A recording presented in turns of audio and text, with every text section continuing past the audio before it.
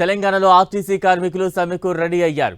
ఇవాళ అర్ధరాత్రి నుంచే సమ్మె చేపట్టబోతున్నారు. ఆర్టీసీని ప్రభుత్వంలో విలీనం, కార్మిక సంఘాల పునరుద్ధరణ సహా పలు డిమాండ్ల పరిష్కారమే ధ్యేయంగా సమ్మెకు పిలుపునిచ్చింది ఆర్టీసీ జేఏసీ. ప్రభుత్వంతో పలుమార్లు ఉద్యోగ సంఘాల నేతలు చర్చలు జరిగినప్పటికీ ఎలాంటి స్పష్టత రాలేదని, అందుకే సమ్మె తప్ప వేరే గత్యంతరం లేదని జేఏసీ నేతలు చెబుతున్నారు. తెలంగాణ రాష్ట్ర రోడ్డు రవాణా సంస్థలో కార్మికుల సమ్మె సంకేతాలు తీవ్రంగా కనిపిస్తున్నాయి. తమ డిమాండ్ల సాధన కోసం కార్మిక సంఘాలు సమ్మెకు సిద్ధమయ్యాయి.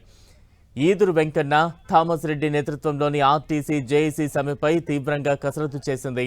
అన్ని డిపోల పరిధిలో మీటింగ్లు ఏర్పాటు చేసి కార్మికులను సన్నద్ధం చేశారు. అయితే సమ్మెకు దూరంగా ఉంటూ వచ్చిన మరో జేఏసీ సైతం తాము కూడా సమ్మెకు దిగుతున్నట్లుగా ప్రకటించింది. వీరితో సహా మిగతా కార్మిక సంఘాలు సైతం సమ్మెకే సై అంటున్నాయి.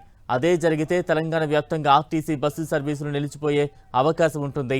ఈ నేపథ్యంలో ఏం జరగబోతోందన్న టెన్షన్ చాలా మందిని వెంటాడుతోంది.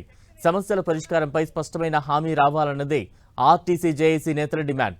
ప్రభుత్వంతో పలుమార్లు ఉద్యోగ సంఘాల నేతలు చర్చలు జరిపినప్పటికీ ఎలాంటి స్పష్టత రాలేదని, అందుకే సమ్మె తప్ప వేరే గత్యంతరం లేదని జేఏసీ నేతలు చెబుతున్నారు. ఆర్టీసీ కార్మికులు కోరుతున్న డిమాండ్లలో మెజార్టీ అంశాలకు ప్రభుత్వం సానుకూలంగా ఉన్నట్లు తెలుస్తోంది. అయితే ప్రధాన డిమాండ్లైన ప్రభుత్వంలో ఆర్టీసీ విలీనం, యూనియన్ల పునరుద్ధరణ విషయంలోనే పేచి వస్తోంది. ఈ రెండూ తమ పరిధిలో లేవని మంత్రి పొన్నం ప్రకటించిన తర్వాతే సమ్మెపై జేఏసీ స్పష్టమైన పిలుపునిచ్చింది. ఈ ప్రధాన డిమాండ్ల విషయంలో జేఏసీ నేతలు పట్టుబీడలేదు. ఈ నేపథ్యంలో సమ్మె చేస్తే ప్రభుత్వానికి లేని తలనొప్పి ఎందుకని భావించినట్లు సమాచారం. అందుకే కాళేశ్వరం సభ వేదికపై మంత్రి పొన్నం ఈ అంశంపై కీలక ప్రకటన చేశారు.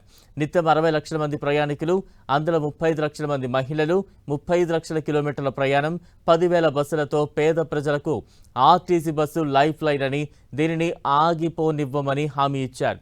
ఆర్టీసీ సమ్మె లేకుండా చూస్తామని అన్నారు. కార్మికుల సంక్షేమం, ప్రయాణికుల సౌకర్యం, సంస్థ పరిరక్షణ మీదే తమ దృష్టి అని తెలిపారు. సమ్మెకు సిద్ధమవుతున్న వారిని సంప్రదించి సమ్మె లేకుండా చేస్తామన్నారు. చెన్నై నుంచి డిప్యూటీ సీఎం వచ్చాక ఆర్టీసీ సమ్మె లేకుండా చూస్తామని మంత్రి పొన్నం తెలిపారు.